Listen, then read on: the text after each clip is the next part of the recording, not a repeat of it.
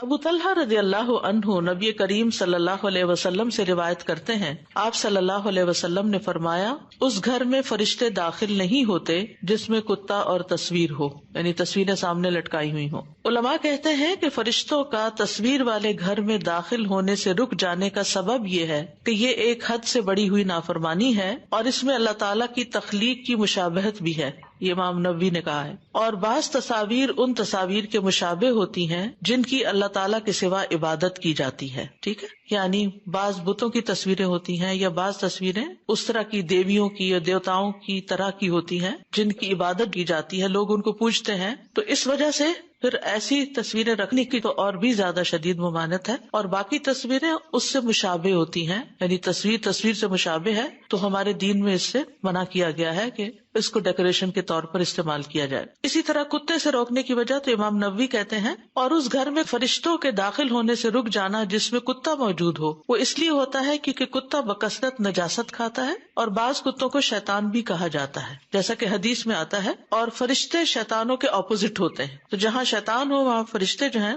وہ نہیں آنا چاہتے۔ اور اس لیے بھی کہ کتے کی بدبو بہت زیادہ گندی ہوتی ہے، تو گندی بدبو کی جگہ پر، جیسے آپ کو معلوم ہے کہ مسجد میں لہسن پیاز وغیرہ کھا کے آنے سے منع کیا گیا ہے کیونکہ فرشتے جو ہیں ان کو اذیت ہوتی ہے، معلوم ہے نا یہ حدیث سب کو، ٹھیک، فرشتوں کو اذیت ہوتی۔ اسی طرح ایسے کپڑے پہن کے آ جانا، اور ماشاءاللہ آپ سب لوگ مسجد میں بیٹھتے ہیں تو آپ لوگ بھی اس بات کا بہت خیال رکھیں کہ اگر آپ کو 2-3 دن ہو گئے نہائے بھی اور کپڑوں سے اسمیل آ رہی ہے تو اس حالت میں پھر یہاں نہ آئے، کیونکہ فرشتے جو ہیں ان کو اذیت پہنچتی، علم کی مجلسوں کو بھی فرشتے ڈھانپتے ہیں تو پھر وہ پرے ہوتے ہیں۔ اور اپنی ذاتی زندگی میں بھی خصوصاً خواتین جب پیریڈز وغیرہ ہوتے ہیں تو کپڑوں کی پرواہ نہیں کرتی ہیں، اپنی صفائی کا لحاظ نہیں رکھتی ہیں، اپنے انڈر آرمز انڈر لیگز بالوں کی صفائی وقت پر نہیں کرتی، جس کی وجہ سے پسینہ ساتھ شامل ہو جاتا ہے اور وہ گندی اسمیل آنے لگتی ہے انسان سے۔ تو ان چیزوں سے فرشتے جو ہیں وہ اذیت محسوس کرتے ہیں، تو کتے کی بھی جو نجاست ہے یا کتے کی بھی جو نیچر ہے اس کے اندر گندگی ہوتی ہے، اور فرشتے بری بدبو کو ناپسند کرتے ہیں، اس لیے بھی گھر کے اندر کتا رکھنا منع ہے۔ تو یہ ایک طرح سے سزا ہے کہ جس گھر کے اندر کتا ہوگا وہاں رحمت کے فرشتے داخل ہونے سے رک جائیں گے، اور ایسا شخص فرشتوں کے اس گھر میں داخل ہونے،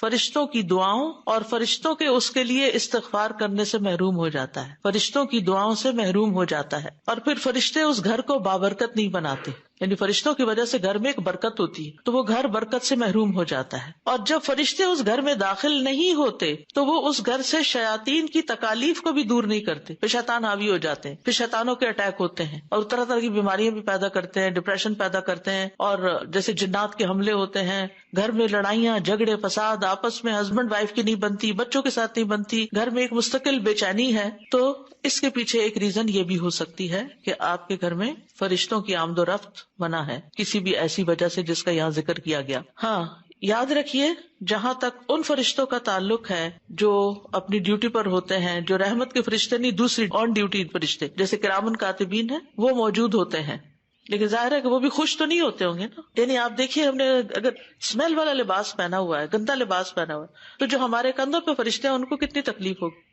کسی گندے بندے کے پاس کوئی دوسرا بیٹھ جائے تو کلاس میں یا ویسے، یا جس کے منہ سے اسمیل آ رہی ہو تو کتنی اذیت ہوتی ہے، انسان کی کنسنٹریشن ہی ختم ہو کے رہ جاتی۔ تو اس سے پھر کندھوں والے فرشتوں کو بھی، کندھے پہ بیٹھتے ہیں جہاں بھی اللہ ہی جانتا ہے، تو بچپن سے چونکہ ایک بات کہی گئی تو وہ ذہن میں ایسی بیٹھی ہوئی ہے کہ ابھی تک کرامن کاتبین اور کندھے ساتھ ساتھ آتے ہیں۔ تو دائیں اور بائیں کی بات ہے بیسیکلی، یعنی دونوں طرف ہوتے ہیں۔ دوسرا یہ ہے کہ جیسے روح نکالنے والے فرشتے ہیں، وہ بھی اگر کسی کی جان نکالنی ہو تو اینما تکونوا یدرککم الموت، وہ فرشتے اس لیے نہیں رک جائیں گے کہ ان کے گھر میں تصویر ہے یا کتا ہے، لیکن یاد رکھیے کہ اس وقت بھی پھر رحمت کے فرشتے اندر نہیں آئیں گے جان لینے کے لیے۔ تو اس لیے اگر آپ کسی ہاسپٹل میں بھی ہوں، بعض اوقات کھانے پینے کی چیزوں یا اس کے اوپر بھی تصویریں بنی ہوئی ہوتی ہیں، میگزینز بڑے ہوتے ہیں، ایسی سب چیزوں کو یا ڈھانپ دینا چاہیے، ریموو کر دینا چاہیے وہاں سے۔ تو بہرحال اس حدیث سے پتہ چلتا ہے کہ گھروں میں تصاویر اور کتا رکھنے کی ممانعت ہے، اور اس کی دلیل ایک اور حدیث سے بھی پتہ چلتی ہے جس میں جبریل علیہ السلام ایک مرتبہ حضور صلی اللہ علیہ وسلم کے پاس آنے والے تھے لیکن وہ نہیں آئے۔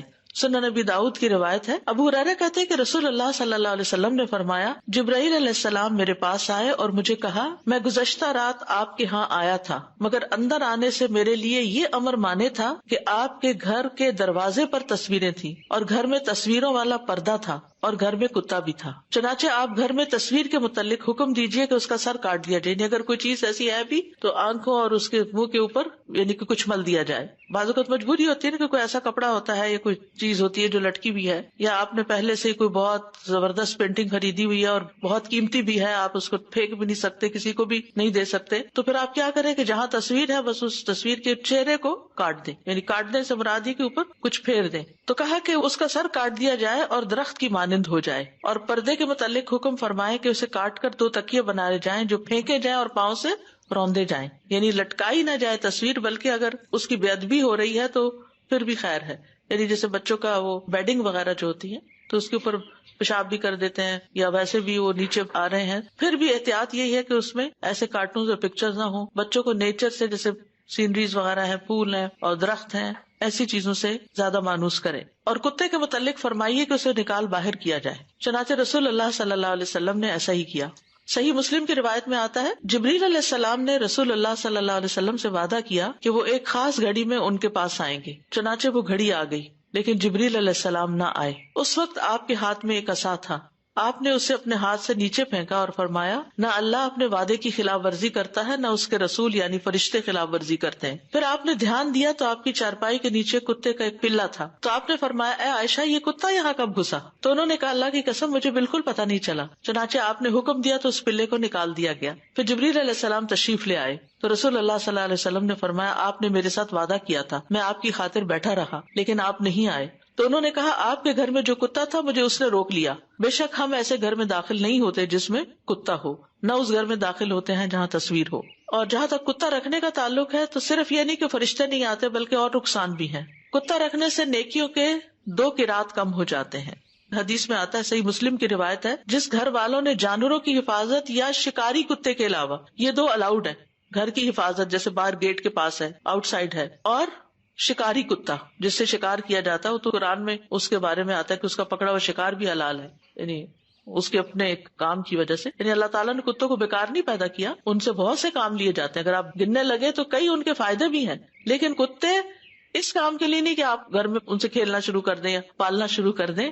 وہ جن کاموں کے لیے اللہ نے بنائے ہیں وہی کام ان سے لیے جائیں. فرمایا, جس گھر والوں نے جانوروں کی حفاظت یا شکاری کتے کے علاوہ کتا رکھا تو ان کے عمل سے ہر دن 2 قرات کم ہوتا ہے, 2 پہاڑوں کے برابر نیکیاں مائنس ہو جاتی ہیں. تو شکار یا کھیتی باڑی کی حفاظت یا گھر کی حفاظت کے لیے باہر کی طرف کتا رکھنے کی اجازت ہے, اسے گھر سے باہر باندھا جائے. اور اسی طرح یعنی کہ کالا کتا جو ہے وہ خاص طور پر شیطان ہوتا ہے, تو اس کو اوائڈ کیا جائے. پردے پہ تصویر نہ ہو, پردے سے گدے سی لیے جائیں, کیونکہ گدا نیچے بچھانے کے کام آتا ہے اور پھر اس کے اوپر کپڑا مزید بھی بچھ جاتا ہے تو وہ کور ہو جاتا ہے. تو جو چیز کور ہو جائے, اخبار, رسالے, کتابیں, کئی چیزیں ہیں. لیکن مجھے یہ سمجھ نہیں آتی کہ ہم فون کے ڈسپلے پر کیوں تصویر لگاتے ہیں بچوں کی یا کسی کی.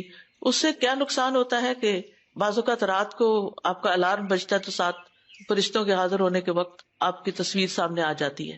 یا پھر افسوس سے کہنا پڑتا ہے کہ بعض قراءات اتنی مؤثر ہوتی ہیں, لیکن اگر آپ یوٹیوب پر ان کو پلے کریں تو اوپر ان کی تصویر آ رہی ہوتی ہے. تو میں تو پھر کبھی ٹیشو پیپر اوپر رکھ دیتی ہوں فون کے یا کچھ, کہ کم از کم اگر تلاوت لگی ہوئی اور میں اس کو سن رہی ہوں تو فرشتے تو حاضر ہوں. سنن ابی داؤد کی روایت میں آتا ہے, رسول اللہ صلی اللہ علیہ وسلم نے فرمایا, ہر نشہ آور چیز حرام ہے. جس چیز کا فرق نشہ آور ہو تو اس کا ایک چلو بھی حرام ہے. فرق یعنی بڑی کوانٹٹی تو اس کا چھوٹا حصہ بھی. 3 سا وزن جس میں آتا ہے وہ فرق کہلاتا ہے. اسی طرح انرجی کے لیے, طاقت حاصل کرنے کے لیے بھی نشہ دلانے والی چیزیں حرام ہیں. دیلم ہمیری رضی اللہ عنہ روایت کرتے ہیں, میں نے رسول اللہ صلی اللہ علیہ وسلم سے سوال کیا اور کہا, اے اللہ کے رسول, بے شک ہم سرد علاقے کے لوگ ہیں, ٹھنڈے علاقوں میں رہتے ہیں, ہمیں پرمشقت کام کرنا پڑتا ہے.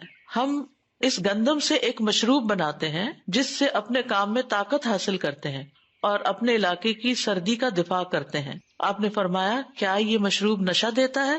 میں نے کہا, جی ہاں. آپ نے فرمایا, تو اس سے بچو. میں نے عرض کیا کہ لوگ تو اسے نہیں چھوڑیں گے.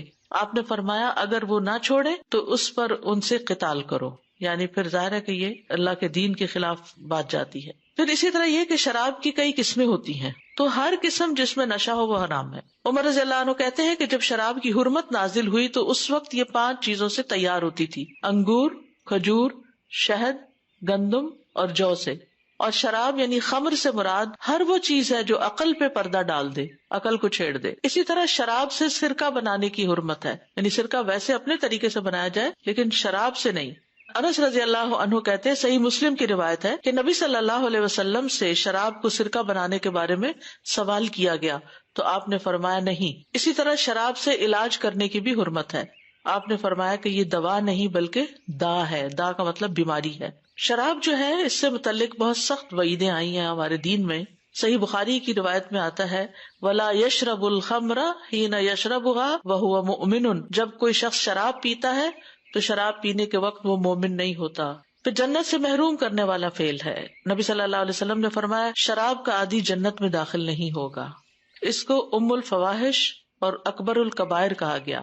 نبی صلی اللہ علیہ وسلم نے فرمایا شراب بے حیائیوں کی جڑ ہے اور سب سے بڑا کبیرہ گناہ ہے. جو اس کو پیے گا وہ اپنی ماں، اپنی خالہ، اپنی پھپھی سے زنا کر بیٹھے گا. پھر ہر طرح سے ملعون فعل ہے. رسول اللہ صلی اللہ علیہ وسلم نے فرمایا شراب سے متعلق 10 طرح سے لعنت کی گئی ہے. خود شراب کی ذات پر، اس کو نچوڑنے والے پر، نچڑوانے والے پر یعنی جو آرڈر کرے، اس کے بیچنے والے پر، اس کے خریدنے والے پر، اس کے اٹھانے والے پر، جس کے پاس لے جائی جائے اس پر، اس کی قیمت کھانے والے پر، اسے پینے والے پر، اس کے پلانے والے پر. اسی طرح ایک اور حدیث میں شراب کو ہر شر کی کنجی بتایا گیا، یعنی اس سے ایک نہیں بے شمار خرابیاں پھوٹتی ہیں. آپس کے ریلیشن شپ خراب ہوتے ہیں، انسان کی عقل ماری جاتی ہے. عقل کی بنا پر انسان کو باقی مخلوقات پر فضیلت حاصل ہے. پھر انسان دوسروں کے حقوق مارنے لگتا ہے، پیسے چوری کر کے ایسے نشے خریدتا ہے. یعنی عقل کا بھی نقصان ہے، جان کا بھی، عزت و عصمت کا بھی، کیونکہ ام الخبائث ہے. مثلا کوئی چوری کرتا ہے تو اس میں مال کا نقصان ہے، کوئی زنا کرتا ہے تو عزت اور عصمت کا نقصان ہے. لیکن جب کوئی شراب پیتا ہے تو اس میں بہت ساری مزید خرابیاں بھی ساتھ شامل ہو جاتی ہے. ایسے دسترخوان پر بیٹھنے کی ممانعت ہے جہاں شراب پلائی جا رہی ہو. اسی طرح اگر کوئی شخص شراب پی کے مر جائے اور شراب اس کے پیٹ میں ہو تو وہ جاہلیت کی موت مرے گا. شراب پینے والے کی 40 دن کی نماز قبول نہیں ہوتی. شراب خباثتوں کی جڑ ہے. جو دنیا میں شراب پیے گا اسے جہنمیوں کی پیپ پلائی جائے گی. قیامت سے پہلے سود، زنا اور شراب عام ہو جائے گی.